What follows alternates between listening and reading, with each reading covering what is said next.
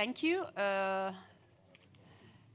My name is Silvia Colombo. I'm a researcher and faculty advisor at the NATO Defense College in Rome, here in Rome.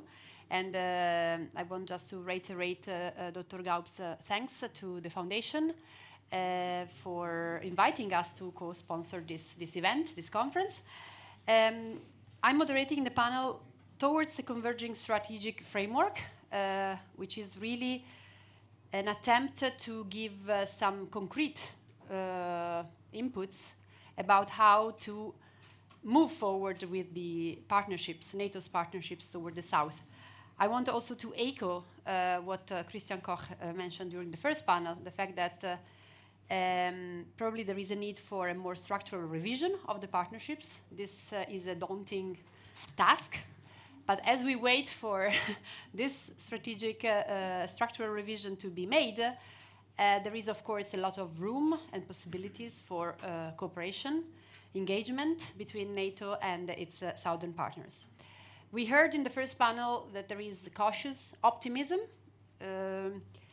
Of course, we cannot underestimate the uncertainty and the challenges of the region, and I wanted also to mention the fact that NATO itself is in a phase of transition. In a phase of transition, as it refocuses partially its attention towards the south, which is good news, but also a phase of transition that started before the war in Ukraine of 2022, and that has led to a much more stringent focus, again, on its core mission, collective defense and deterrence, in the Euro-Atlantic area, strictly speaking. So this has left the other two core tasks, particularly cooperative security, not to mention crisis management after the withdrawal from Afghanistan, in a limbo. And so our task today is really to provide some inputs to how to understand, give new meaning, and new meaning in an actionable way to the cooperative security task of NATO. To do that, as I said, we can leverage the partnership frameworks that already exist. They can be probably changed as we do things together, and we can do things together, NATO and its southern partners, along two lines. One is political dialogue, and one is concrete cooperation on many different fronts. We heard this morning, previously, about the need to listen more to our partners, but there is also probably something more to be done, which is to give more agency to our partners and to have partners spell out their priorities more. And we have now the opportunity to actually listen to three speakers coming from NATO's partner countries in the Middle East and the Gulf.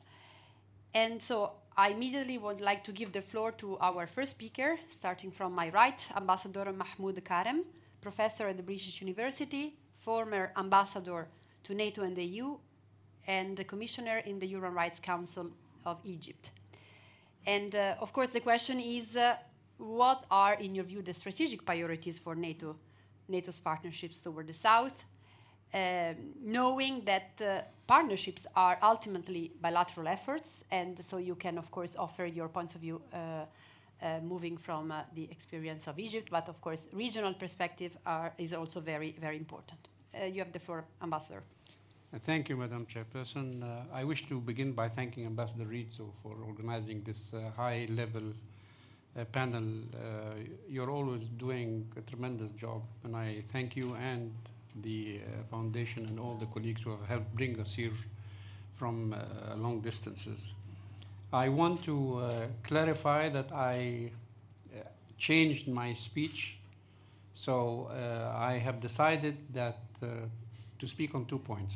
The first point is really to comment on what transpired in the last panel, and the second point is to bring about some action-oriented proposals that I think will address the question that you have mentioned.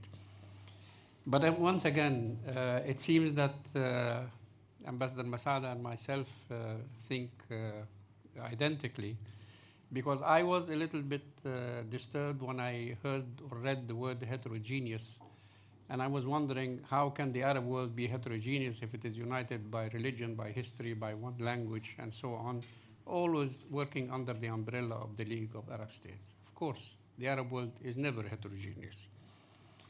However, I cannot begin my discourse without condemning what is happening. It seems that we are discussing the day after while we are not really giving sufficient attention to the present day. It seems that we are thinking ahead while not considering the situation that it is, the targeting of civilians, the deportation, the killing of women and children, UN employees, the catastrophic humanitarian situation in Gaza, in West Bank and Lebanon, the violation of international humanitarian law, international legitimacy, forced displacement, ethnic cleansing, and of course, genocide, as the ICJ has mentioned. We cannot forget that. This is the reality the region is living in as we speak, and of course, we are holding Israel responsible for all that. War, ladies and gentlemen, is destructive for all parties. However, the expansion of military confrontation, and this is a threat in our region, will have direct negative results on you and your southern neighbors. International trade through the Suez Canal has suffered. And when the Suez Canal suffered, your ports in the Mediterranean on the other side also suffers.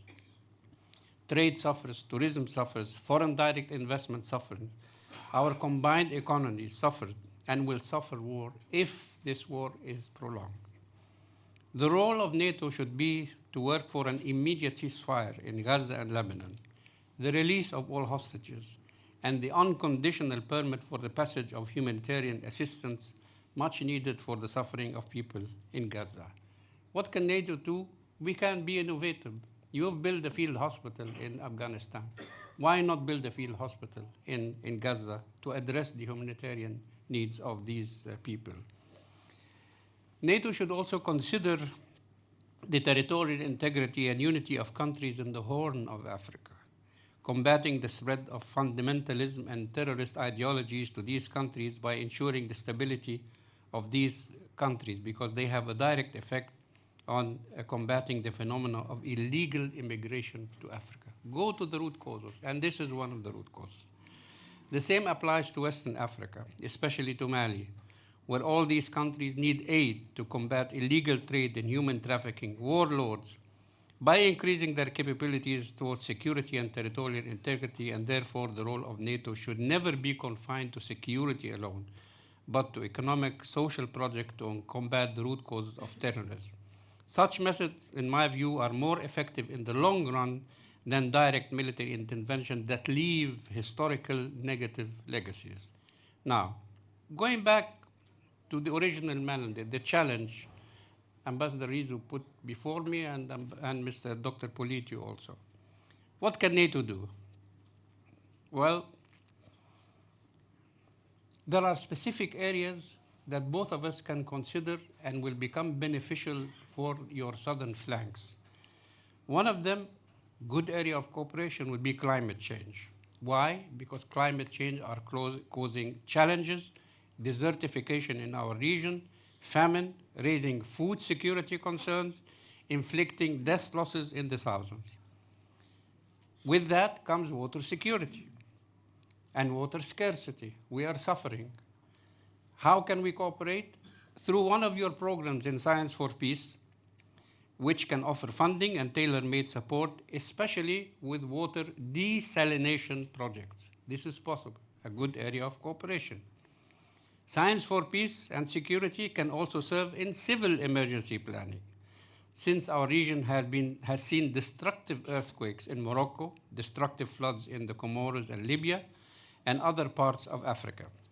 Natural disasters require civil emergency methods, and you have a good example, Prometheus, in Mauritania, which helped upgrade their operational and emergency management capabilities in the field of public health, civil protection, and medical emergencies, as well as telemedicine. Of course, together we can work in combating terrorism. How? By better border control and better information sharing.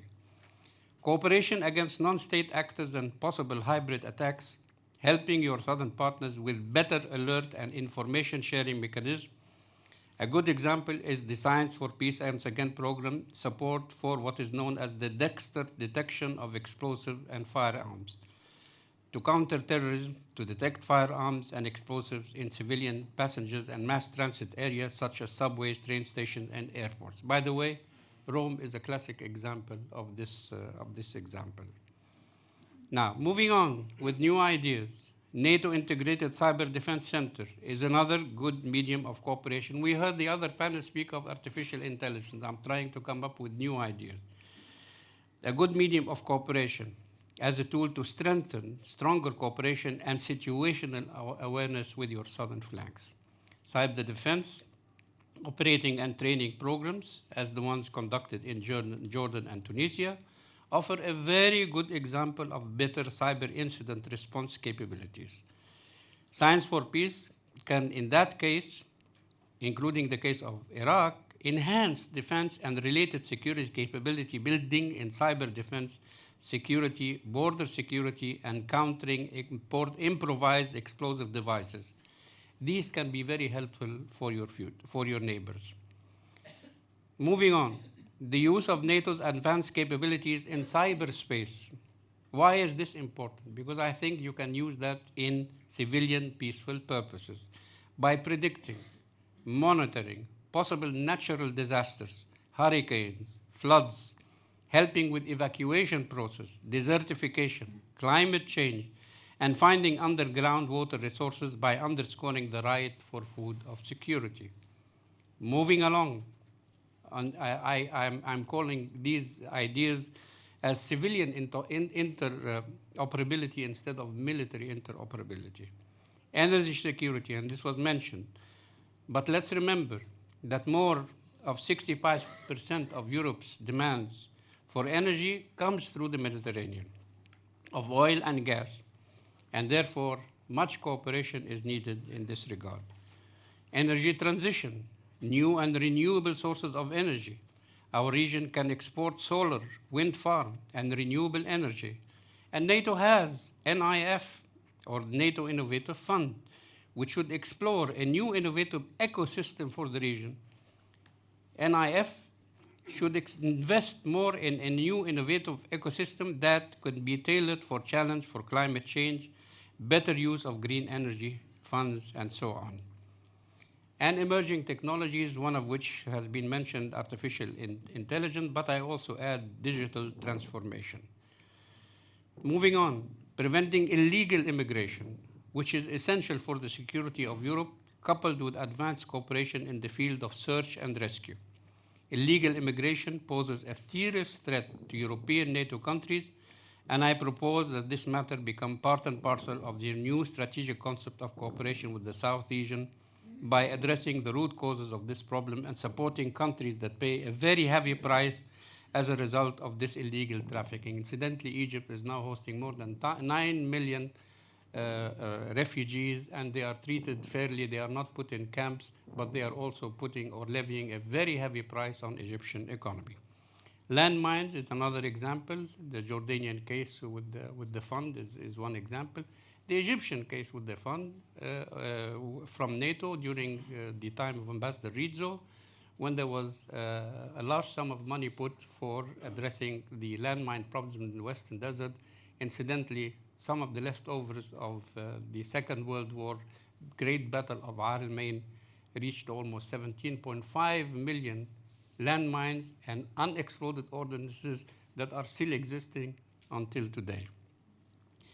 Elite and specialized training and capacity building courses. Where? In Egypt, the Center for Counterterrorism for Sahel and Sub-Saharan Africa. NATO has used that before, and it can be used in the future. Another center, the Center for Peace and Conflict Resolution. In Egypt, as well as increasing training and elite training courses under the auspices of the Middle East Regional Training Course in NATO Defense College in Rome. Public diplomacy can continue to play and achieve new horizons with invitations to peer media Arab experts and especially parliamentarians. A stronger dialogue, political dialogue, Now you have a NATO representative for the southern region. This is his job. When is he going to visit? What kind of agenda does he have? We have not heard anything of this until today. So this is another idea that needs to be put in action. And I propose to Ambassador Rizzo an idea for a track 2 meeting. A track 2 meeting under your auspices, under the foundation, involving all the parties, under the auspices of the NATO Defense College Foundation, will allow for all the parties to sit together and talk and may eventually spill over positively into the official track 1. And finally, the Washington summit has underscored ongoing acts that undermine the global non-proliferation NPT regime. Nuclear disarmament talks are stalled. Threatening rhetoric to resort to the threat of use of nuclear weapons is prevalent. We have seen it in the war in Ukraine. We have seen it from some ministers in Israel. Something must be done. And October, of course, of each year marks the UN celebration for Disarmament Day. So I hope this plethora of ideas that I put may become possible and open the doors for a future practical cooperation with our region, with our partners in NATO. Thank you.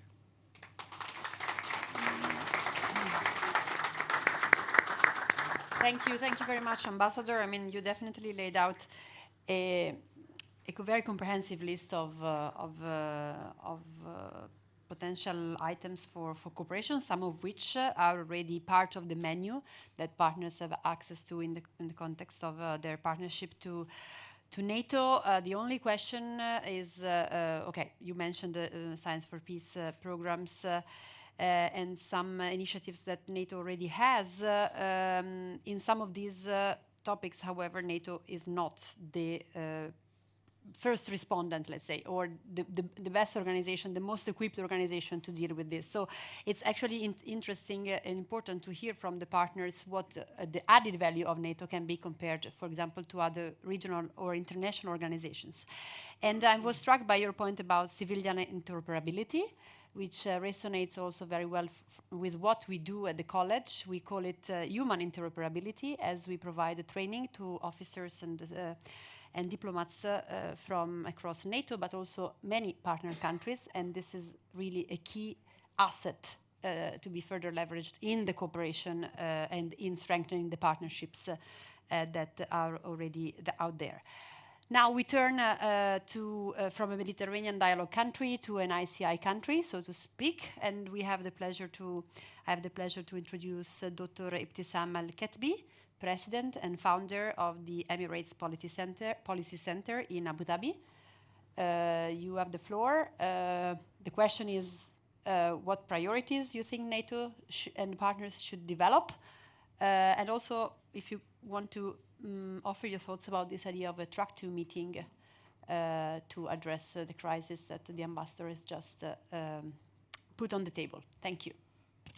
Thank you so much. Thank you for the organizer for invitation. And guys, you are privileged that you have 3 women on the stage. Here, it was masculine, the first one. And now here, it's a soft power.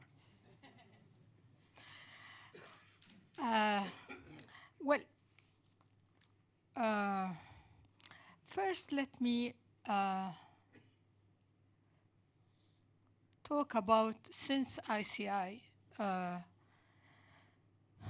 took its place 2004. I had the privilege to be the only woman attending that meeting in Doha,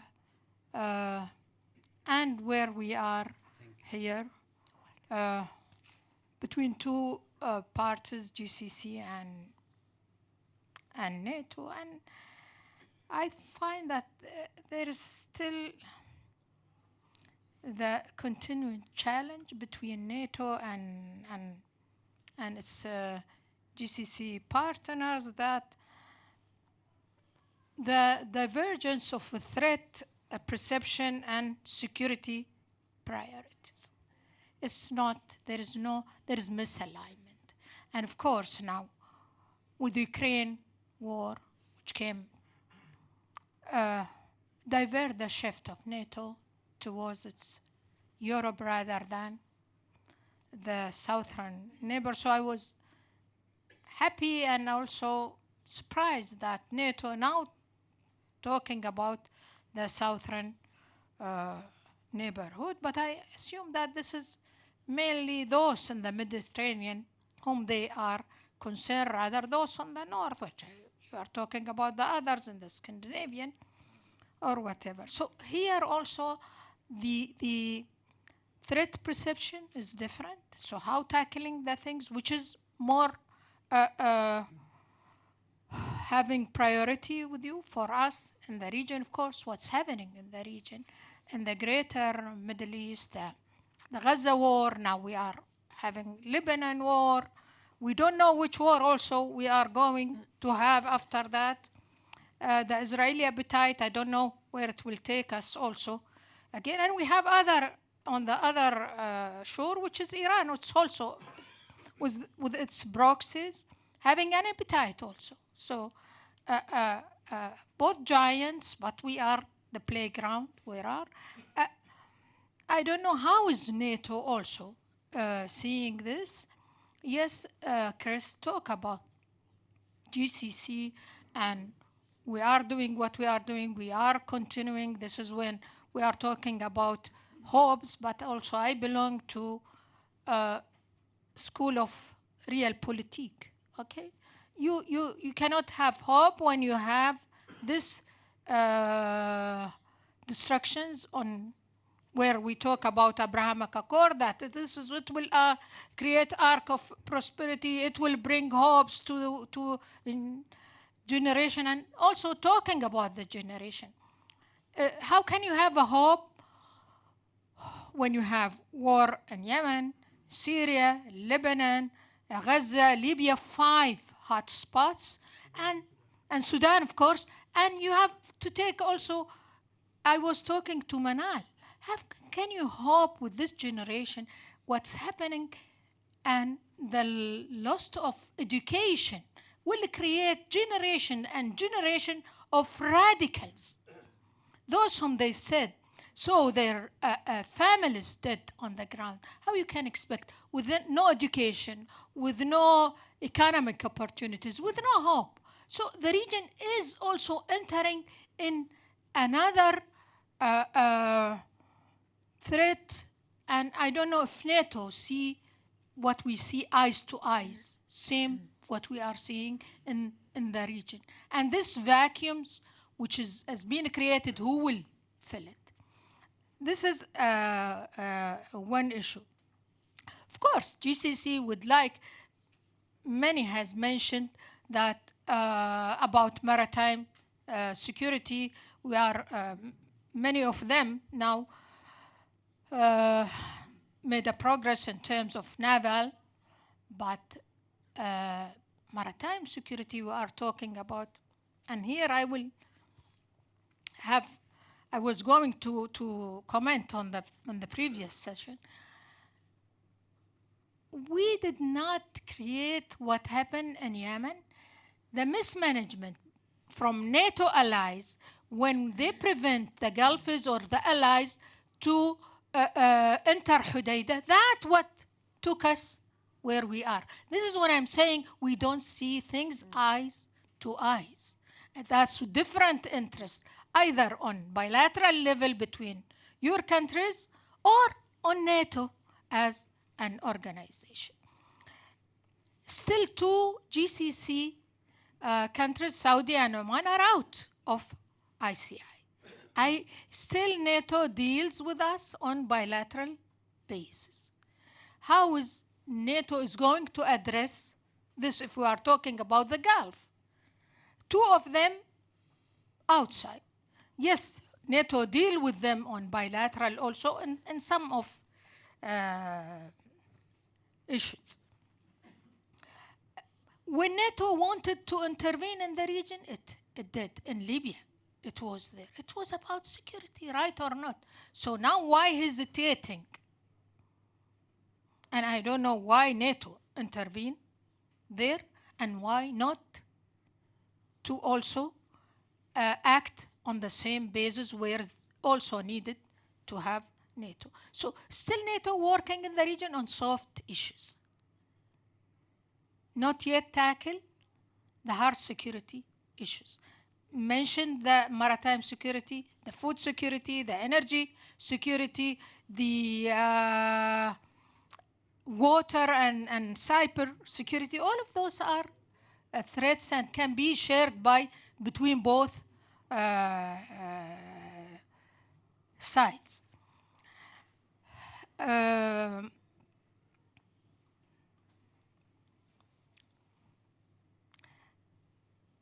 I was happy to hear Giovanni talking about things. We have been talking about it a lot, but the issue is not about putting things on the paper, how you implement it, and what is the roadmap for implementing that. Yes, there is NATO center in Kuwait, but I don't find it has an impact in anything, okay? It's there, you can come and make a meeting, but nothing from there coming. So it's still we are on the speeches and meetings. Track 2 is good. I have no problem. But the outcomes, what is of that, and how can you implement that, and still is not there. There is a talking about civil society, think tanks too, think tanks, youth, fine. But how? Let's take about NATO now, what I said about those generation coming in Syria and Libya and Sudan and wherever they are. How NATO can help them? Okay, we're talking about education. How NATO can, we are in a digital age, okay? How can you reach them, okay, to give them this opportunity? That's what I'm saying. I am from realpolitik schools. I'm always want things on the ground, how it is materialized. Okay, since ICI, we've been talking training or reforming, military reforming. I think we have to revisit again the ICI and to see from where we go now. We need another meeting, but with somebody talk about practicality. You mentioned that, Chris. Practicality means, yes, we put things and we say, okay, we will go from here. This is your task, and this is my task, and this, and this, and this. But from meeting, from track 2 to track 3 to track 4, sorry guys, I am not diplomat. And they call me general also. But I want things to be done. From Brussels, I met with Boris, with you, Giovanni. They came to my office. We discussed things, but still we are there. We moved on paper. Yes, the things we discussed in the office, I saw it here, what Giovanni mentioned. But what is the roadmap to achieve that? Why you are still also concentrate on Ukraine? And this is, you're right, I don't blame. This is an issue also in Europe affecting everybody. But also in our region, we have many Ukrainians, 5 Ukrainians in the region. And this is also affecting us, you guys in the Mediterranean, especially in terms of refugees, in terms of radicalization. So NATO can do, but I think we don't track 2. We need those practitioners from both sides to sit together in different groups. If you want to enhance maritime security, bring people in the maritime side with people in the maritime in NATO. And put your plans from there to go from there. Think tanks, okay. Where is the think tank in NATO itself? to work with us. We wrote many papers in our think tank about NATO, some of them published, some of them not published, okay? How to deal with NATO. Let me bring you also one issue with my country, which has caused a crisis between us and NATO, which is when Turkey rejected UAE to be a NATO ally. And it caused, and NATO did not take anything regarding that, because Turkey is member of NATO. So NATO has many countries, and these countries also, its interests bilateral, sometimes it affects that ICI initiative. There are many things. I can say long menu of things can NATO do in our country, but if you don't identify the main issues, we will not go from there. We will still talking about things, but what should we do? This is what is it. We have talked many times, you and me, in different NATO conferences. What should we do? What should we do? But now, who will do the things we are talking? What should we do? The Gulfies, what their mandate? The NATO, what's their mandate? This is what should be needed. And thank you. I'll stop.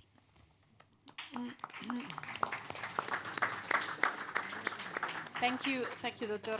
Leketbi, for this very bold call, or call for more NATO, more a NATO that can not just talk or put things on paper, but also start doing things after many meetings, many discussions. A NATO that goes directly into even hard security and contentious issues, and not just the... This is NATO. How can you talk about NATO or soft power? This is the image of NATO. That's military alliance. You're right. NATO political military alliance immediately brings us to talk about this role. But a word of cautiousness about not only the current contingent situation in the region that makes it very difficult for NATO, which is not a supranational organization like take the EU or others. It's 32 countries, states, nations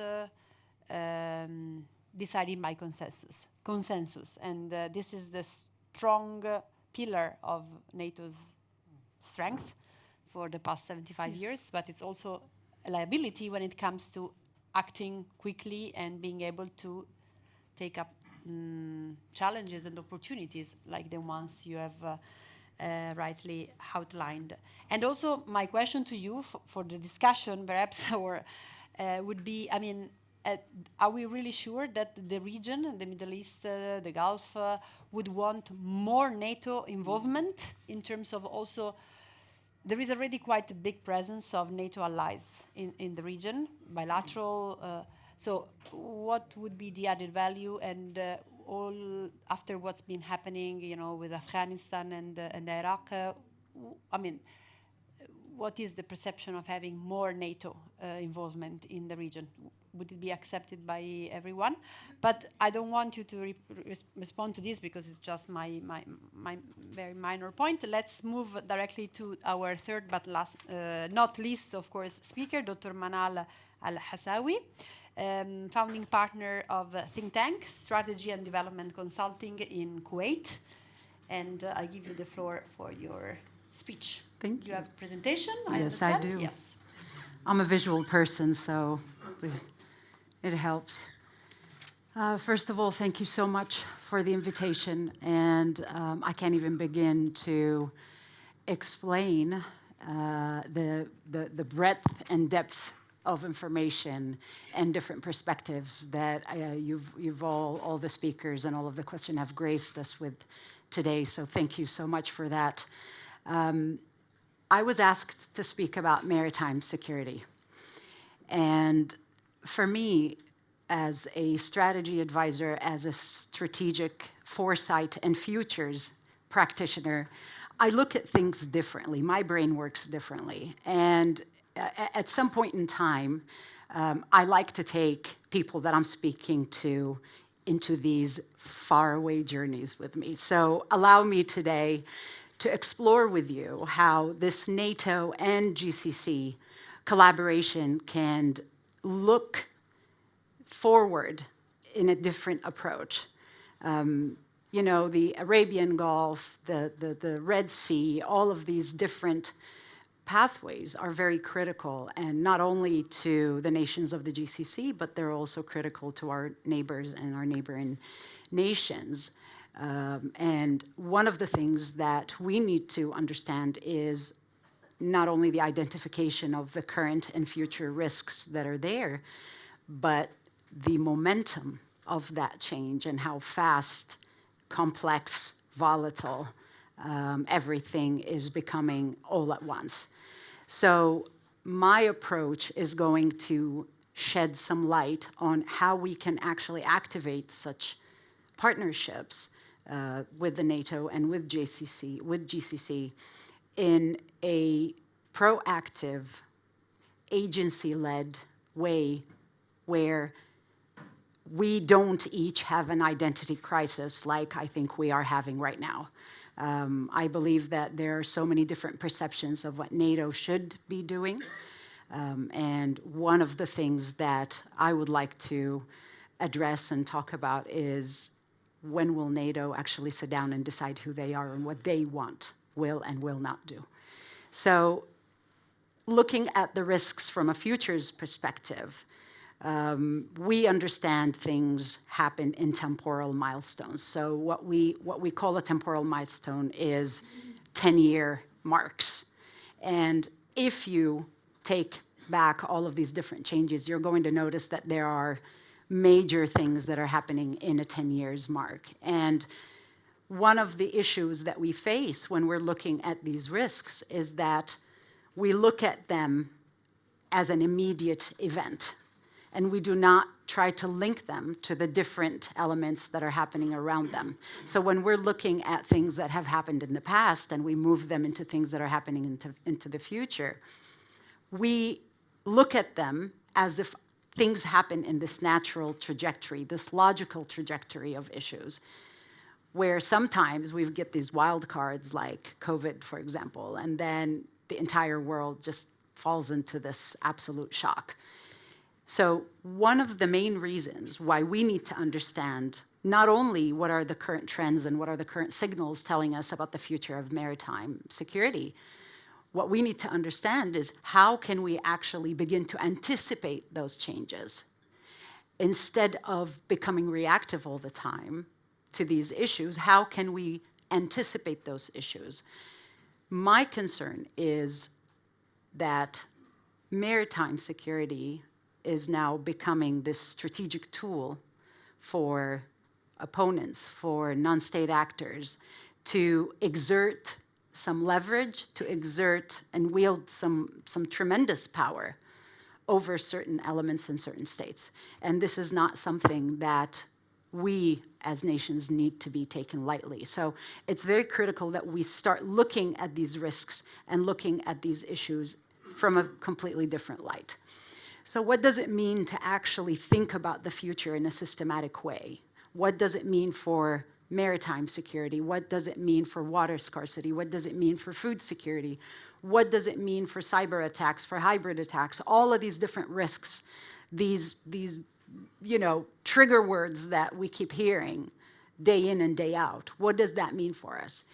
It means that instead of looking at the future as this distant thing that has not happened yet, what we need to do is we are building the story for what maritime security is going to look like, and then we're going to bring that forward to us today and act accordingly.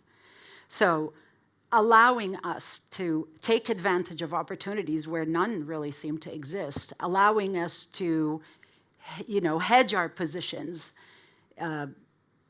against certain risks, against certain emerging threats, different interconnected elements that are causing our systems to fail. One of these main threats and one of these key issues is something that my colleagues have brought up in the previous session, is the issue of trust. And this is something that we're signaling all around the world in different parts, in different contexts.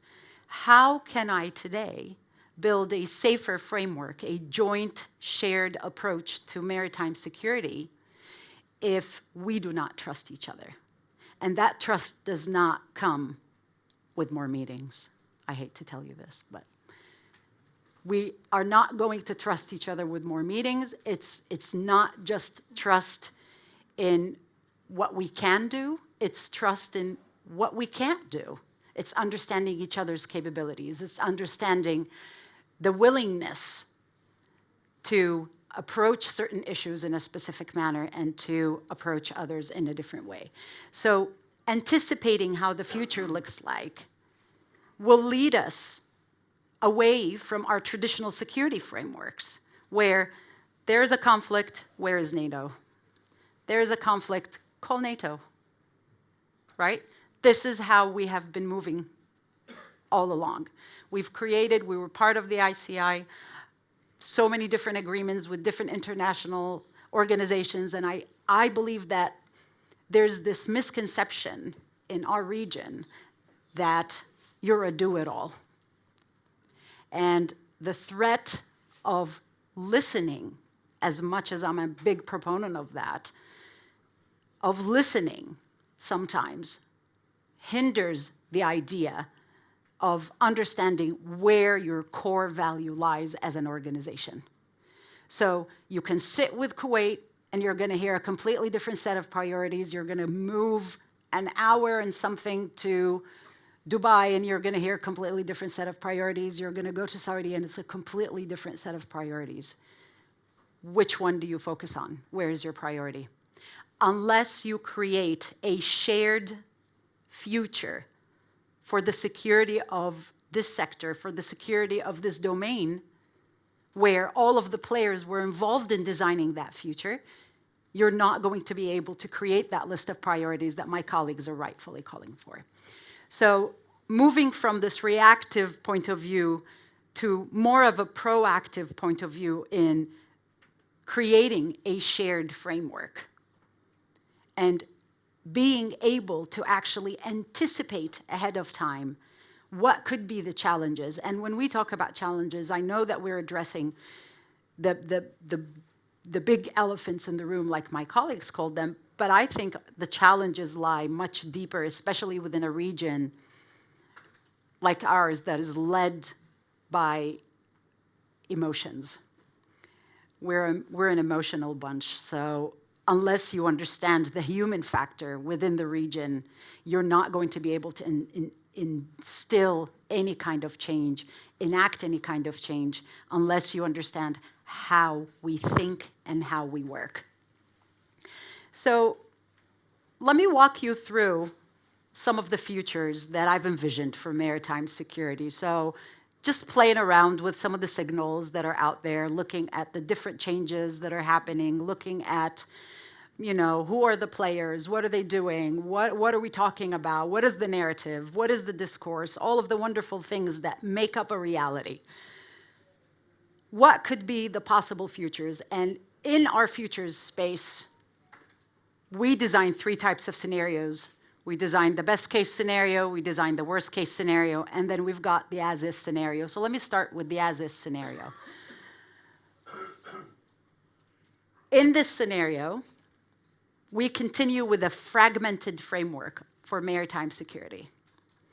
So the region is unstable, the waters are unstable, there are multiple actors, state, non-state actors who are trying to exert their influence over these waters. It's impacting economy, political instability, and then each nation is responding to these threats separately. What does that do down the line? It depletes their resources. It creates a short-term solution. However, there's nothing that is sustainable over the long term. And then it just keeps continuing. Moving from that to the worst case scenario, I'm going to leave the positive scenario for last just so that I don't look like, the negative one on the tear. Everybody is so positive. No, I'm not positive. I'm going to make you positive by the end of today, I promise. Just hang out with me for like 5 minutes, I promise. So with the negative scenario, with the persistence of these elements and the deterioration of the maritime security framework, we start seeing an uprising in criminality. We start seeing illegal immigration. We start seeing maritime accidents. We start seeing that certain states cannot control traffic, cannot control the security of the waters, and thus shipping and this industry becomes less attractive for investment. It becomes less attractive as a career choice, and it deteriorates with the impact of that. Now, what if we integrate the futures thinking approach, and what if we decide that scenario one is the scenario that we all want for maritime security? Then we'd be building a collaborative, collective future that would allow everybody who's sitting at that table to have a say in what that future is going to look like. We would have safer waters. We would be able to utilize each partner in those collaborations based on their core competency and not based on a wonderful shopping list of what each one of them should do. What does that look like for NATO and GCC? For me, I believe that, and I know that this question was asked of my colleagues, where should the priorities lie?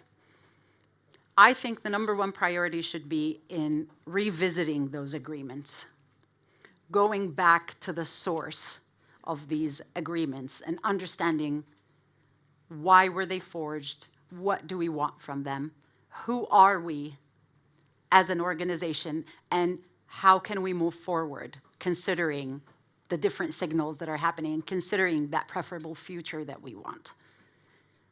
Does that have any implications on us? We ask two very important questions in futures. We ask what, and then we ask so what. So what is happening in terms of our maritime security? Where are we lacking? Where are we failing? And then we ask, so what? What does that mean today for NATO? What does that mean for GCC? What does that mean for us to collaborate on such an important issue that impacts all of us? I think the other priority should definitely be the capacity building.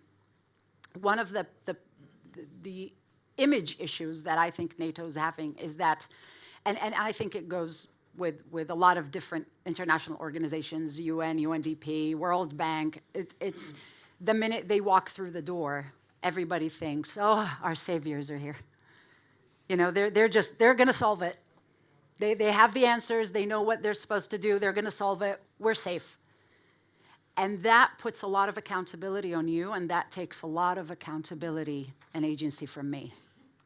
So repositioning this narrative and understanding that, yes, technology transfer, knowledge transfer, this is all wonderful, but teach a man to fish is even more better. And last but not least, I think technology is definitely critical. And not only understanding what technology to use in maritime security or what the impact of that technology could be, but I believe that looking forward 10, 20 years down the line, building new industries around these technologies and bringing that back to technology generation in the region, like my colleague Chris said, I think that's very critical. And one of the things that I'd like to add in terms of the technology is that with AI specifically, yes, we believe that it's a Western-influenced technology. However, I think the conversation is very ripe in the region for understanding the ethics and morality of using such technology. So we do understand that it's not about replacement or production. It's truly about augmentation. And this is where we are when it comes to understanding that technology. So, at the end, am I optimistic? Yes, I am optimistic, but I'm not optimistic because I'm just a happy-go-lucky kind of gal. No, I'm optimistic because I have the tools to look 20 years, 30 years down the future, and I can see, and I have the scientific ways to tell me that we are heading in the right direction. So thank you so much. Thank you really, really a lot, Dr. Al-Hassawi, for this refreshing view, bringing in the future's perspective, and also for providing us with a sort of an example, a pedagogical even model that we can follow. You spoke about maritime security, which is indeed a critical issue, but these steps could be followed and really be a sort of blueprint for more engagement, cooperation, the empowerment that you mentioned in other issue areas as well. So really, thank you. It's very complimentary what we have heard. And since I've been quite generous with the speakers and have given them more time than they were supposed to have in the first round, I will immediately open the floor for the debate with the... What about your question? You can answer to it later, as we take also other inputs and questions, if it's okay. So I think since we have 10-15 minutes for the debate, I think that please raise your hand, introduce yourself briefly, and ask your question or make your short comments. Who would like to start? Thank you. Okay, there is a question right in the middle. Can you raise your hand again, please? Yes, please. Thank you. Good evening. Thank you so much for your presentations. I'm General Diella, Italian Army retired. That's the reason why I'm in civilian dresses. But till last year, thank you so much. But till last year, I was the director of Cooperative Security Division in the IMS in NATO. So it's not my job to defend NATO now. But actually, I have a lot of things to answer, but I don't want to criticize anything. Just to say that sometimes, so many times actually, in NATO, as workers, okay, we had to deal with the time of the politics. You know that in partnership, politics is always the first step. And then the military came. So many times, especially in the ICI, I don't want to stress this moment, but I'm talking about ICI because it belongs to the... we had problems in dealing with the partnership with your countries because we waited a lot for the proposal, the political proposal for your countries, actually. You know that the partnership now is mutual. So, you know about the individual tailored partnership program, and where the goals, the NATO goals, and the partner countries' goals set together and find a point of contact. So I don't want to defend NATO again, but actually we had to struggle a lot, waiting for the political intention from in this case from the ICI. I don't think actually that a consensus is a killer, because NATO is a military alliance, and so we need the consensus of 32 countries. When I have to say to an Italian soldier to die for Sweden, so we need the consensus. But actually, the question is, thinking about the relationship between NATO and African Union or GCC, taking it also into account what is happening between NATO and European Union. 3 joint declarations, 2016, 2018, and the last one. And thanks to these joint declarations, NATO and European Union had a lot of common proposals to work with. Do you think that the time is mature for a joint declaration between NATO and African Union? I don't think GCC, because GCC, there's no establish a very well established partnership. But what about NATO and African Union? Is the time mature for a joint declaration? Thank you so much. Thank you. We take another question, if there is a question. Okay, as you prepare your questions, I will turn this to the ambassador, perhaps NATO, African Union, Sure. and also I'll give the floor to the other two speakers afterwards. Good question, sir. I don't think you're retired. You said waiting long. In the case of Egypt, there have been a lot of accomplishments that we have seen, and they did not take a long time for you to wait. And I will give you specific examples. We received the Secretary General, we received the Under Secretary General at the time, Ambassador Rizzo, several times in Egypt. Chod's meeting, our Chief of Staff cooperated and attended 6 Chod's military meetings, very high level. We signed a program of cooperation with E-Prime, with you. We opened an office in Mons shape, as you very well know. And we signed an important security agreement with NATO, and they did not take time. And most importantly, also, we participated with you in active endeavor. And I remember that the request for the interdiction of a certain vessel that was coming through the Mediterranean towards Egyptian ports was reported to the ambassador of Egypt, myself, by NATO, requesting the interdiction of this vessel immediately, and the report of the presence of components of weapons of mass destruction on that. And that report received by the embassy actually was on Thursday. And I sent it to Cairo immediately. They embarked on the ship on Friday, and the report was before me in Brussels at the time, Saturday morning, and I went to NATO headquarters on Saturday morning, and you were closed. And I even said that in a meeting. So it's not always a matter of, it takes a long time or so. No, we have to understand that there are certain considerations that have to be taken place. Now, on your second question, on whether this is an opportunity for NATO to open cooperation with the African Union. I gave examples of the Horn of Africa, and I remain very worried about what is happening in the Horn of Africa, because I think it is affecting trade, sea lane security, energy security, and many things that I mentioned at the very beginning. But there are also very serious challenges in the sub-Saharan Africa, and especially also with countries such as Mali and the borders with Algeria, the illegal trafficking of immigrants, cigarette trafficking, and the warlords that are present in the region. There are a lot of challenges over there.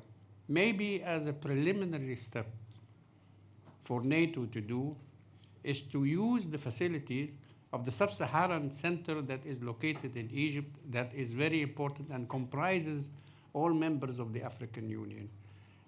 This can serve as a model of cooperation with teachers and lecturers from your side, putting before them areas of possible cooperation and coming up with results. So I think this, as a first step, is very important and will facilitate perhaps the other future step, which is a more legalistic or de jure relationship with the African Union. Okay, your question about the NATO military presence, and I will link it with the same. Mr. When you ask why the NATO people will ask why the Italian or whoever or Swedish die in another soil. They didn't ask when you were in Libya. Did they ask or they did not? You were there. So you didn't take their permission to go there. Because sometimes this is something you don't do it. Why I'm saying that? Because the weak UNIFIL we have in the region, which is useless, it doesn't do anything, okay? And when you look at it, because who is the military power? It's NATO. This is your capability where you are. Nobody will question why NATO is there. Yes, your image as a military alliance, right? But why I'm saying that? Because what is happening in the region, it doesn't stay in the region. There is spillover on the other regions, on Europe, on wherever it is. Now, regarding maritime security and NATO is there. I remember we had a round table with Boris, a close one, about NATO and the maritime security. And it doesn't seem that NATO has any role there because Europe, which is 2 ships, expeditors, it doesn't do anything. Also, the American doesn't do anything. And I've been saying this hundreds of times. You cannot fight non-state actors with army. You cannot do this. It did not work in Vietnam with the American. It did not work with you and American in Afghanistan. It will not work in Yemen. It's a different strategy, but needs special forces. I don't know if NATO has that. Otherwise, we will have this issue for a long time because both sides are different, right? So, and same to what's happening now. We will have another maritime issue in the Gulf.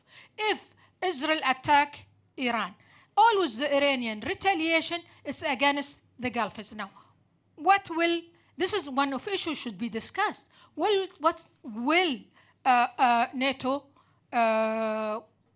do if this happen and the Iranian close the Strait of Hormuz? This is kind of issue should be discussed between both sides. When I'm saying it's not only about soft issues. When it comes to crisis, we need to be trained before what we will do in such of things, okay? Because we witnessed that when Saudi has been attacked by the Iranian on their soil. Our tankers, Houthi attacked us. We didn't see anybody there to help us. That's what I'm saying, how to move things from paper to be practical. When you need them, they are there. You have that vision now with GCC. How can you work with GCC as organization to organization? And how to include GCC organization in ICI whereas 2, as I said, members are outside of ICI. Since 2004, you didn't do your job also to bring them inside. I know it's not easy to get consensus. I know we have this problem also with our GCC. There are different threat perceptions, but these things should be put on the table and discussed. Otherwise, we will be on the same where we are here. Drone and missiles, this is new things. How can you help us? Okay, how can you help us? We saw this, how threatening the security. Thank you. I'm coming to you, but let me check first. So we have to close. Unless there are other questions from the audience. There is one question. Can I take it, Ambassador? Yes, please. So, the gentleman over there. I wanted to ask you something. Please. Once again, my name is Ken Kitatani, representing the International Council on Environment, Economics, and Development. This is a question specifically for Ms. Hazawi concerning your view on maritime security. So this may open up a can of worms, but maritime security is, I think, a global issue.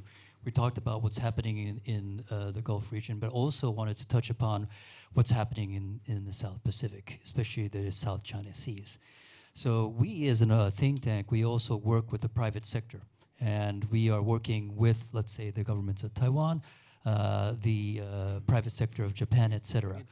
Concerning maritime security, we discuss with the private sector the business contingency plan. That consists of mainly, for example, helping to come up with the evacuation plan for employees who work for these companies and other foreign nationals.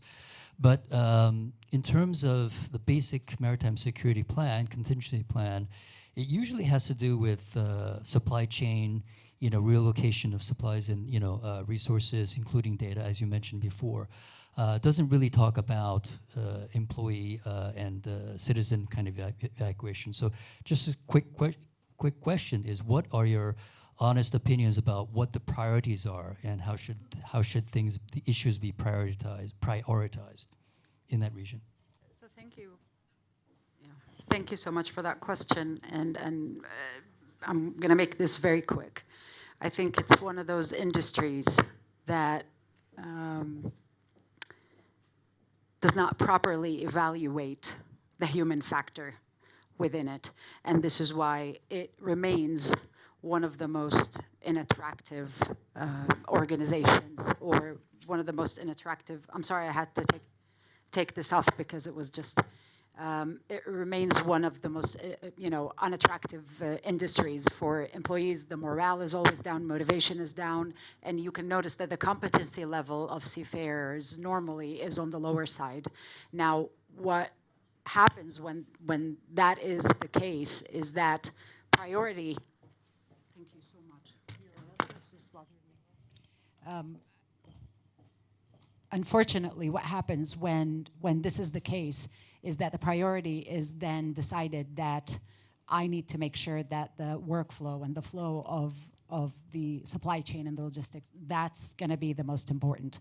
However, if you look into what the future of that industry looks like, you're going to realize that a big part of the success and growth is going to come from the capacity building, from the well-being of seafarers, from truly going back and refocusing on the human factor that actually supplies this industry. So that's something that I would say it needs to kind of be back up at the priority level, and it's not currently there, unfortunately.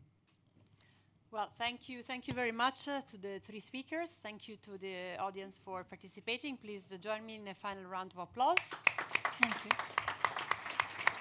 And we are perfectly on time to give the floor to move to the last special intervention of this evening. We have the pleasure to have connected with us Mr. Aaron Leshno-Yar, who is the former ambassador to NATO and the EU, and also he was affiliated with Ben Gurion University in Tel Aviv. I hope Mr. Leshno-Yar can hear us. Hello, good evening. And can you hear me? So thank you for making yourself available for this special intervention, and we are eager and all ears to listen to you. Thank you.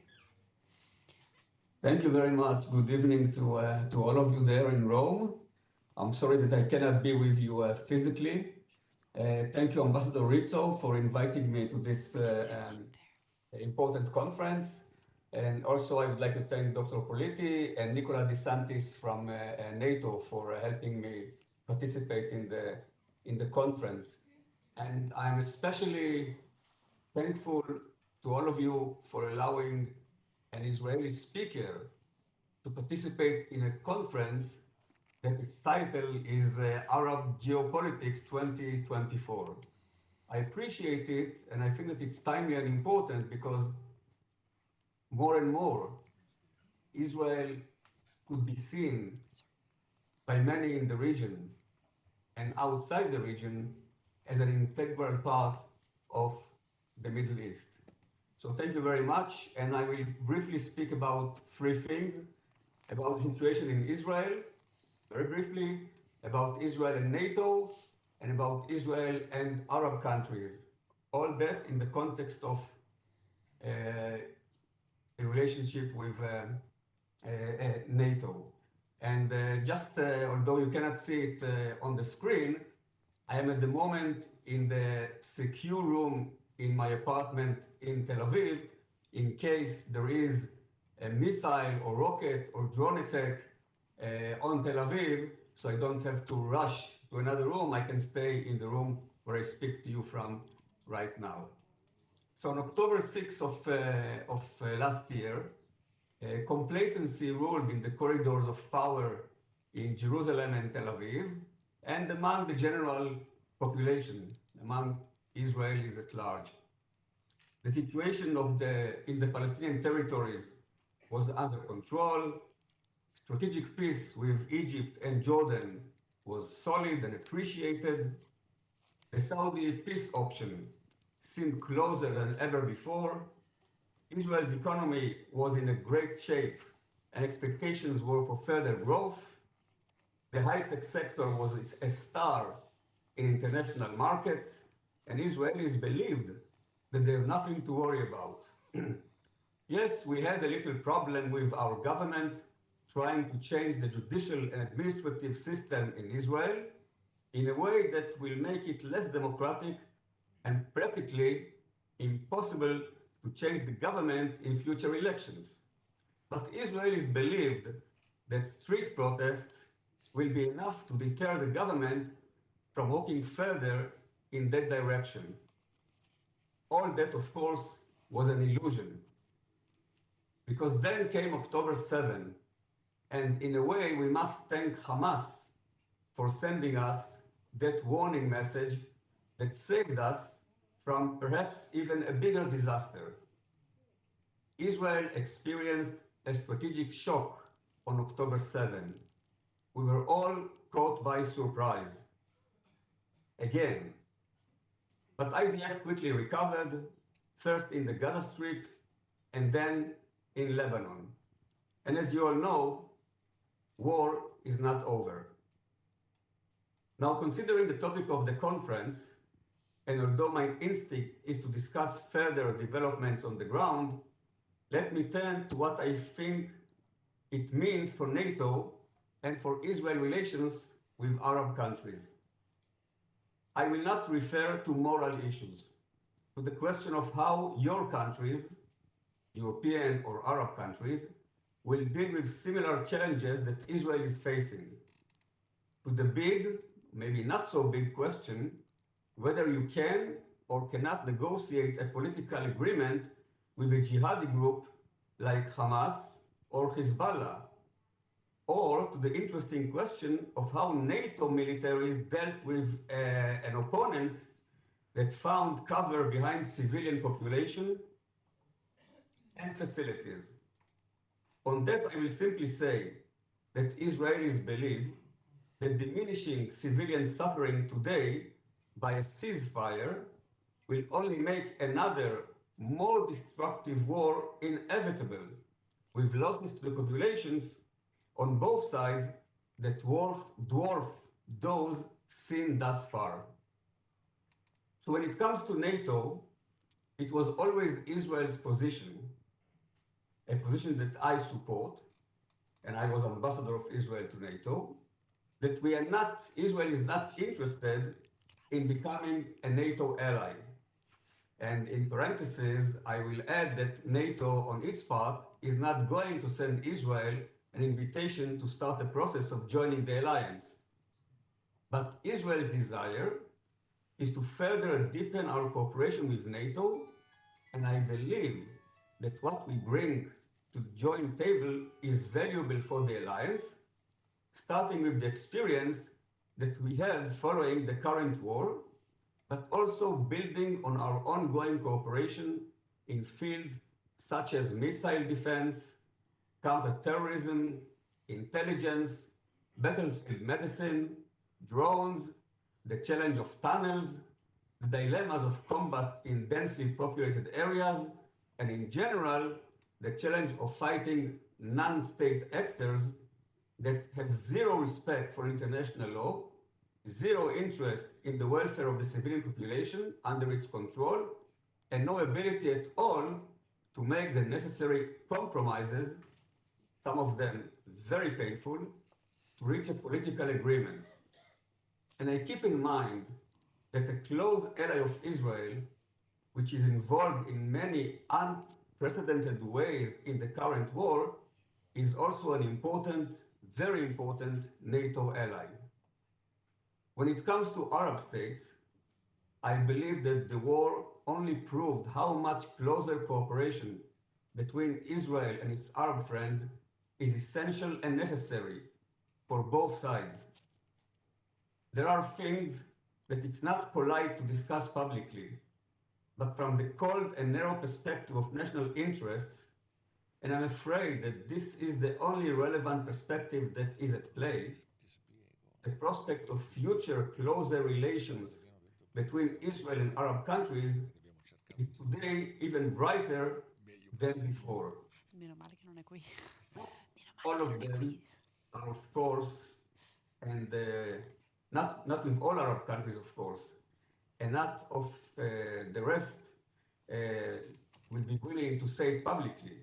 But the war only demonstrated the resilience of Arab-Israeli relations, perhaps because of the brutal nature of the attack on Israel on October 7, and because of the identity of the actors Israel is fighting in Gaza and Lebanon, and more so because, perhaps, considering the regional power, which is the chief sponsor of Hamas and Hezbollah. And yes, after a year of war, for Iran, the shock is strategic. It has just lost in Lebanon for a considerable period of time its most important proxy. And Israel decimated another ally of Iran in Gaza. And we have yet to see what will happen with other Iran allies in the region.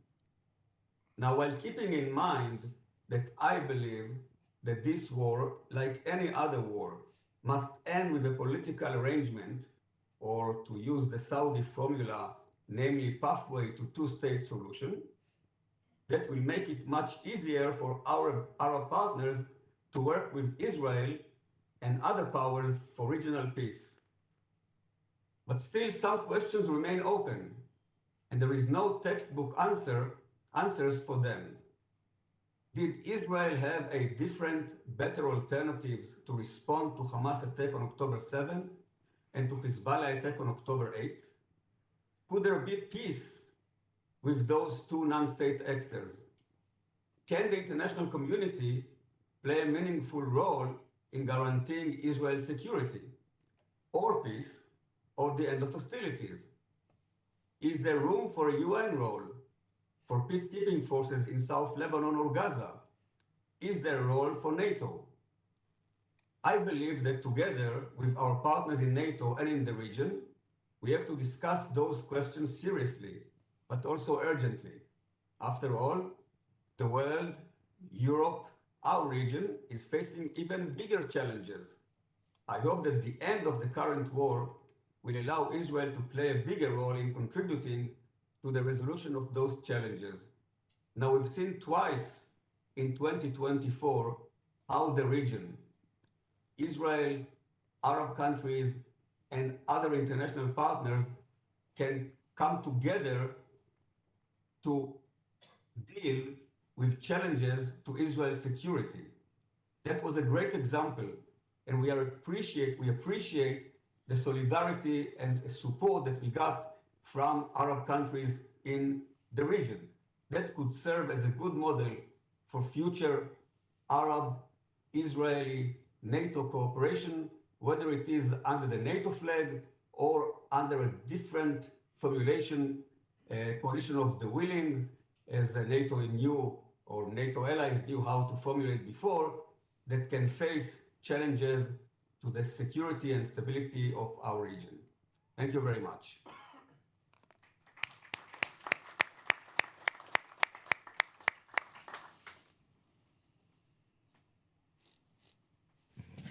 Thank you very much for your intervention. And now we are coming to the final part of our conference.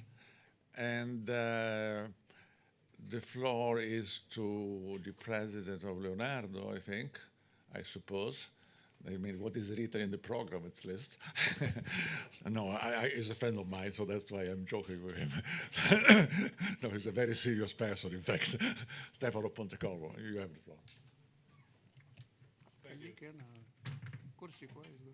I was scared that you knew something that I didn't. I was no longer chairman of Leonardo, which is, in these days, everything can happen.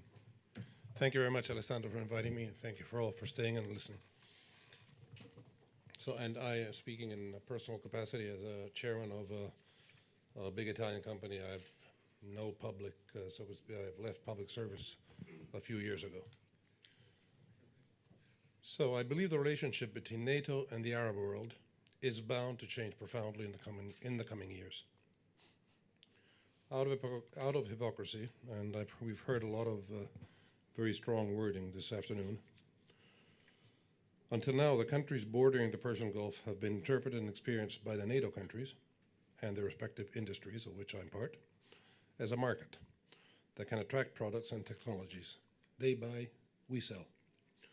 From now on, I do not think this will be the case or can be the case. And not only because of the 2024 NATO summit in Washington, the alliance pledged to strengthen engagement and cooperation with its partners in the Middle East, North Africa, and Sahel region. I understand a number of these pledges have been made before. Not much has happened, as we were reminded, but I'm sure that this will need to change. Thus, NATO will need to energize existing cooperation frameworks, particularly the industrial and technological ones, improving partner engagement and flexibility. And when I talk about NATO, I am essentially referring to its European component, certainly not to the US, which is way forward. In this regard, the role of Western industries could be relevant and will be relevant. NATO, I see myself as chairman of an Italian company. I am more time in the Gulf and in Saudi Arabia than I am anywhere else. In this regard, the role of Western industries will be relevant to turn NATO's strategic goals into concrete and real programs and actions, but with a new approach, no longer mercantilistic, but of real industrial cooperation and collaboration, and I would like to add, political as well. Out of curiosity, I'm thinking of joint productions with direct transfer technologies. As I said before, the Gaza crisis and its geopolitical emanation, the shockwaves it has sent, have changed the approach of some NATO countries towards the Gulf and Arab states. We are all well aware of their relations with China and ties with Russia, which the Russian invasion of Ukraine has not modified. But that is precisely the reason for which the Gulf has become even more decisive for the interests of NATO and its member states. And being an Italian, we are, together with the Turks, I wouldn't say the only ones who are really careful towards what happens there, but certainly in the front line. I do not want to say that the next Cold War could develop there, in this area, this time with economic mattresses rather than political, between the West and the BRICS, but I do not think I'm too far from the truth in thinking about it, and I know I'm not the only one. For these reasons, I think a qualitative leap is needed on both sides, a real partnership. Let's look at the facts. The invasion of Ukraine and the crisis in Israel has shaken and in the Middle East, has shaken the international balance. The first result was that NATO is no longer an exclusive military alliance, but it is turning into an economic free trade area as concerned at least the defense field. The new Secretary General is giving great impulse. I will be personally in Brussels twice in the next month on exactly this type of cooperation. An area that is, the NATO European area at least, sharing technological tools among allied nations and then exporting this. The same is happening in the BRICS area, especially after the new entrance. With one detail, while NATO began as a military alliance and later, in recent times, is becoming an area of technological free trade, in the BRICS countries, there is a risk or the temptation of the inverse happening. First, an area of economic exchange with the possibility that someone, still under the radar, is thinking also of a military alliance. The signs we're seeing at the BRICS summit in Kazan, where together with historical members Brazil, Russia, India, China, and South Africa, there are also a number of interesting newcomers. The Arab Emirates, Iran, Egypt, Ethiopia, 13 others were announced, with Saudi Arabia as an observer. But Abu Abbas, Turkey's President Erdogan, Congo's Guesso also showed up. The BRICS account for 36% of global GDP, compared to 30% of the G7, and 45% of the planet's population, compared to a meager 10% of the G7. It is quite clear that if this organization changes its skin, the West, whatever that is, and NATO would face new challenges. So a qualitative leap in relations between NATO and Gulf nations is needed also to prevent this risk from materializing. At present, judging from the results of the Kazan summit, this, how can I say, seed of military expansion has not been planted. It is quite clear that NATO and the GCC states should further engage in the defense field.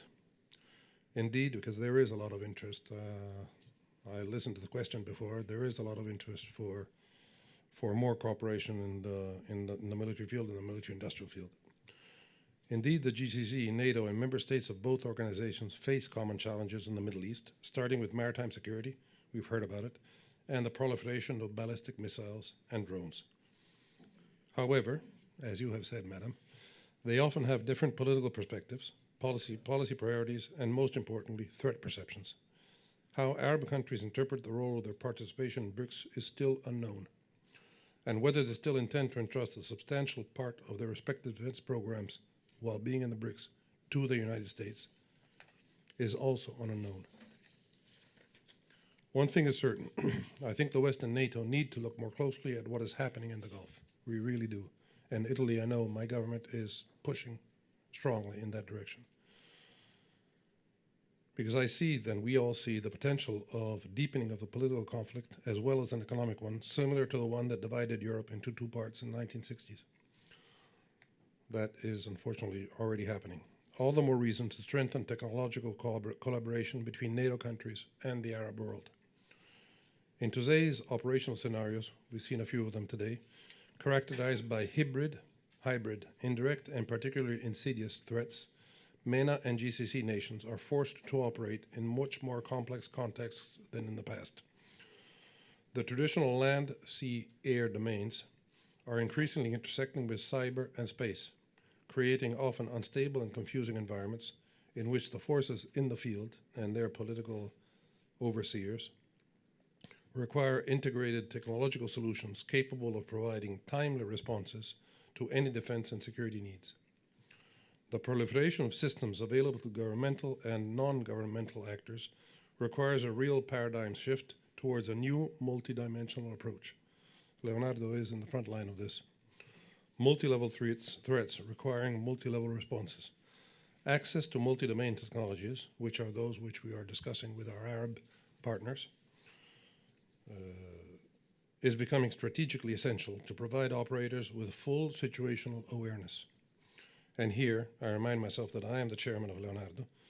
Leonardo's multi-role capabilities can be applied across domains: land, maritime, aerospace, and cyber. We have all five. Yeah, actually, there are five. Applications include aerial surveillance, land and maritime zone controls, coastal patrol missions, search and rescue operations in the most hostile environments, international security support tasks, and anti-submarine warfare missions. Today, as then, I believe that technology is the element of dialogue with all sides, and that must be kept alive. The necessary passepartout, a tool that can shorten and bridge the distance between different geopolitical blocs or countries, or at the very least can bring closer and consolidate knowledge between like-minded groups of countries. In a special way, I believe that a key role can be played by aerospace technology. It can become, in my opinion, a bridge between countries. The aerospace sector, by its very nature, can play a pioneering role in building new partnerships. The bridge I mentioned earlier. First, because it is highly innovative and also it is also a capital-intensive sector. As such, it requires the investment of resources and engineering know-how that very few nations in the world alone can afford. Collaboration is therefore a necessity. The second point that makes aerospace central is its transversality, The strategic nature of aerospace technologies today represents the meeting point on which the interests of states in protecting security and that of companies such as mine seeking business opportunities converge. Critical technologies such as artificial intelligence, and I agree with whoever said that artificial intelligence is an enabler and not a aim in itself. Leonardo has the third most powerful supercomputer in the world after NASA and Japan Aerospace. We use artificial intelligence, which is not as intelligent as we want. Artificial intelligence at the most in some sectors is at 8% of the power of the human brain, using a lot more electricity. The human brain uses 10 to 23 watts during the day. I'm sure you're all thinking of your friends who uses 10 and who use 23. Whereas,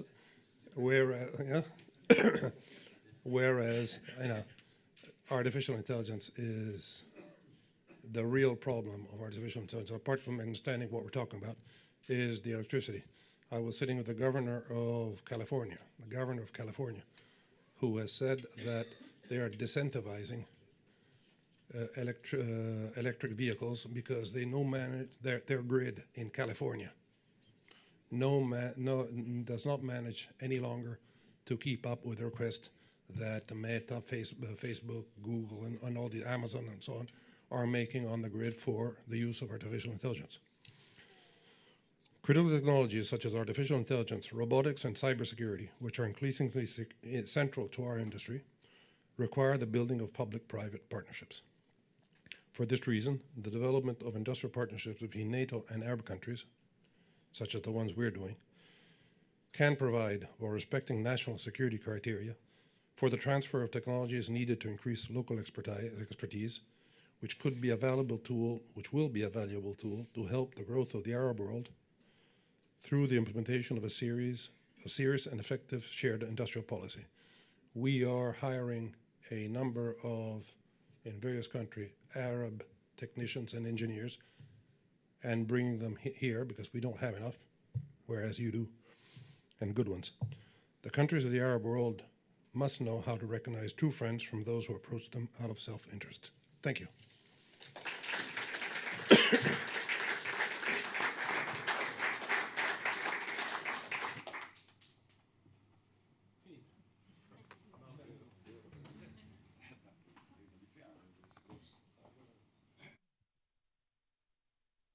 So, thank you very much, Chairman. Mr. Secretary General, you have the final remarks of the conference.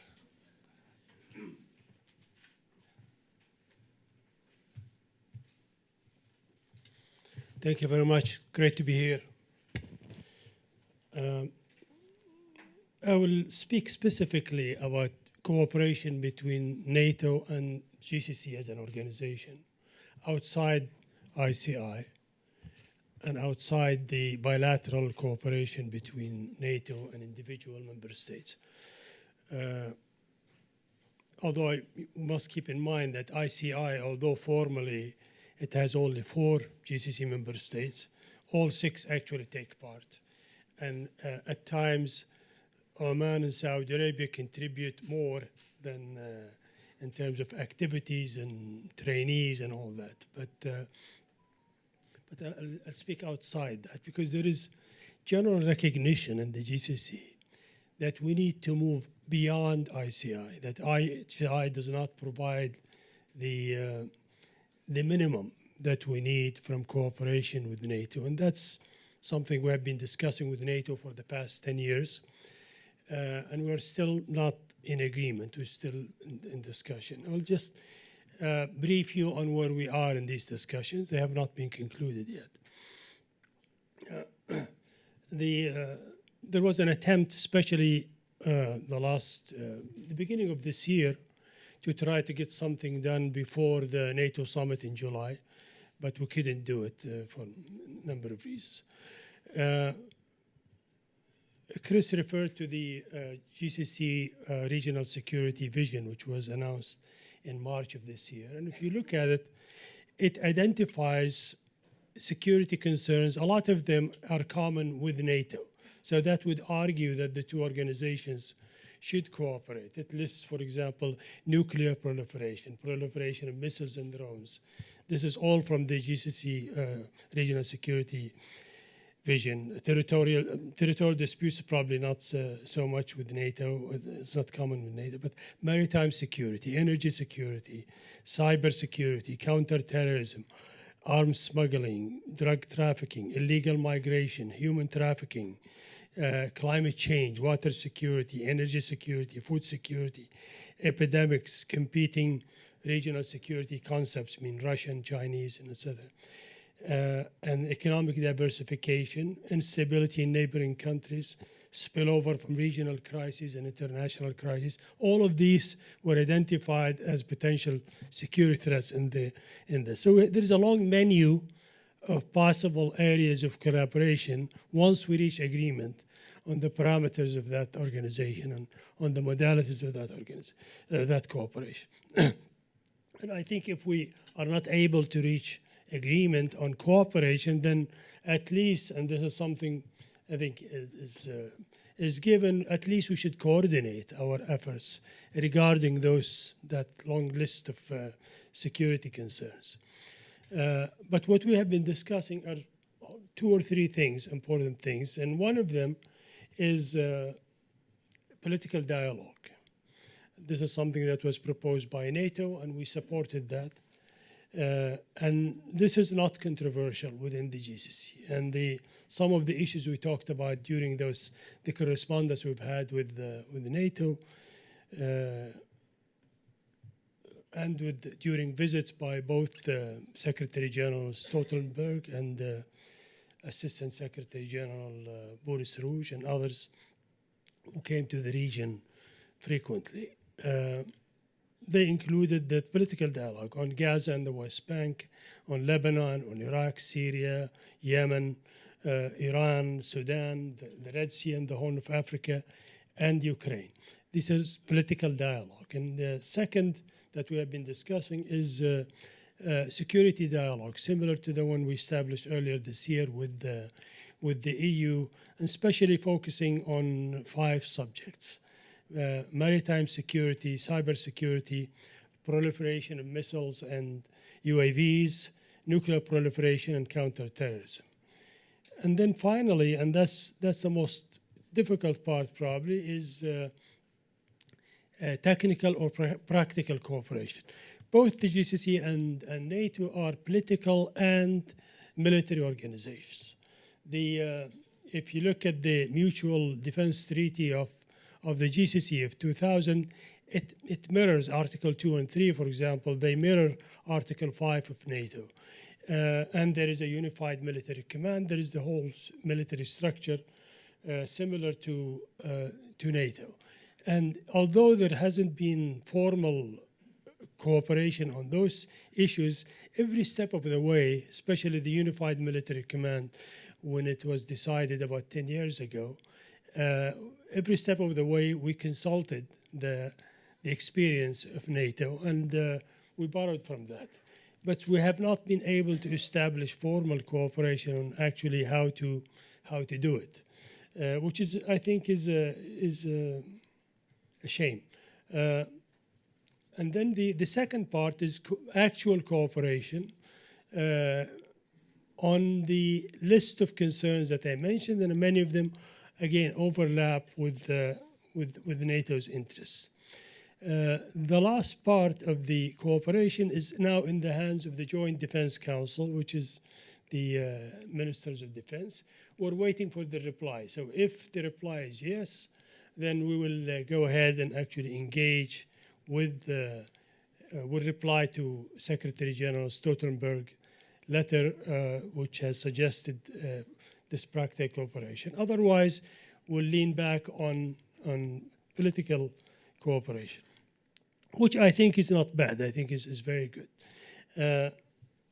Now, on political cooperation, I really think that it was identified, I think, today that the crisis in Gaza and and Palestine is probably the most pressing crisis, and has the potential of spreading beyond Palestine and beyond Lebanon to the whole region, with, I think, difficult to predict results.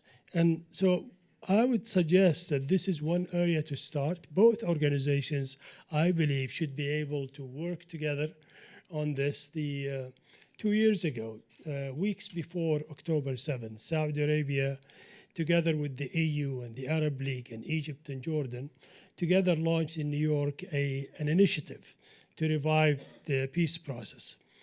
And then this year, also in September in New York, they launched the Global Alliance for the Two-State Solution. This coming week, they have one of their meetings being held in Riyadh in Saudi Arabia. And I know there are some skeptics who believe that the two-state solution is not practical or is a slogan or all that. But the whole purpose of this effort is to change it from a slogan, a dormant idea, to an actual operational project. And I think NATO could help join that discussion. Now, I think NATO is better knows its mandate, but what we have heard from both the Secretary General and the Assistant Secretary General, all the leadership in NATO, that they consider themselves to be a political organization, and that they are interested in prevention and also limiting the effects of crises outside NATO's geographical domain to prevent their spillover into NATO's domain. And so NATO should be interested in this effort that's being led by the EU and Saudi Arabia, and Norway, and a number of countries. And I think there are two ways, I think, where NATO could help. What's happening now, as I said, is an attempt to transform this 22 years old slogan into an operational project with several steps. And so what's being discussed now is how to design the project, how to design this so it will be practical. And so it has to be, obviously, it has to be comprehensive. It has to address the concerns of all the stakeholders. For example, it has to address Israel's security in equal measure with full enfranchisement of Palestinians, both politically and economically, according to the Arab Peace Initiative and all of that. There is also realization that there is not much you can do in the Middle East without the involvement of the United States.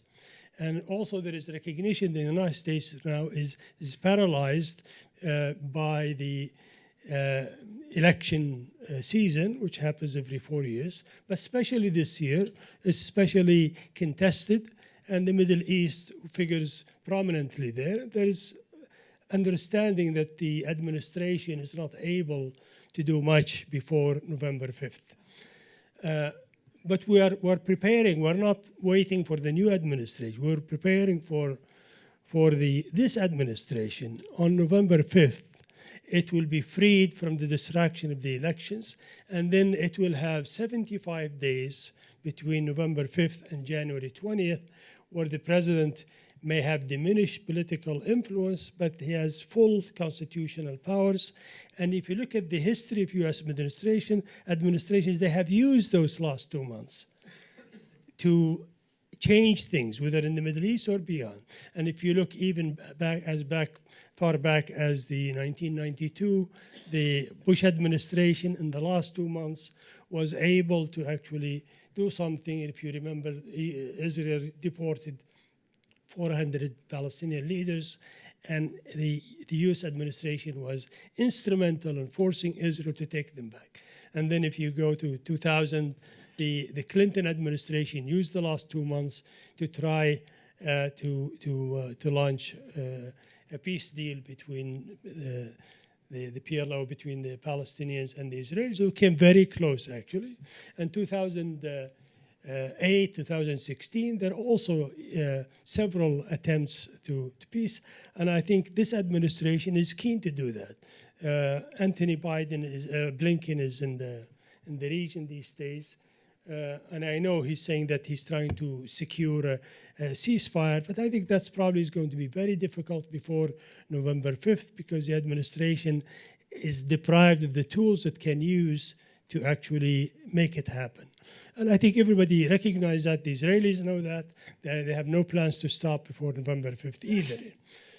But that's November 5th is only 10 days away, you know. So if NATO joins this effort, I think it will be very useful for several reasons. The United States is an important member of NATO, and if it is so chooses, the NATO could serve the purpose of doing things that the administration may not be able to do for political reasons. So that's one. I think it could do the bidding in a way of the administration politically. But at the very least, I think NATO should coordinate with these efforts that are taking place under the Global Alliance for the Two-State Solution, which was fully endorsed a couple of 10 days ago in Brussels by the full membership of the EU, which constitutes a good part of the membership of NATO. The second one, which I think is equally important, by engaging now, the NATO could be part of the practical arrangements that need to be done once a peace deal is reached. A peace deal will not work if there is no international force to guarantee its implementation.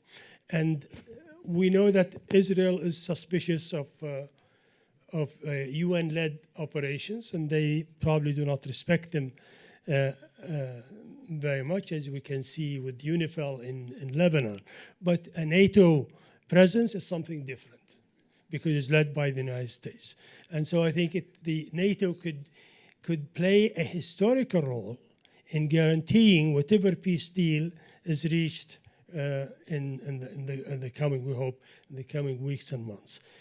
So I think that this is really the most urgent, and it's something that we need to think about it.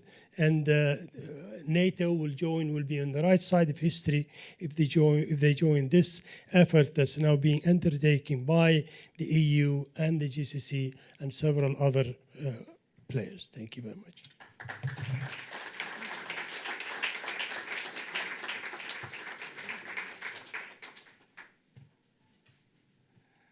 Thank you very much. We're at the end of the conference.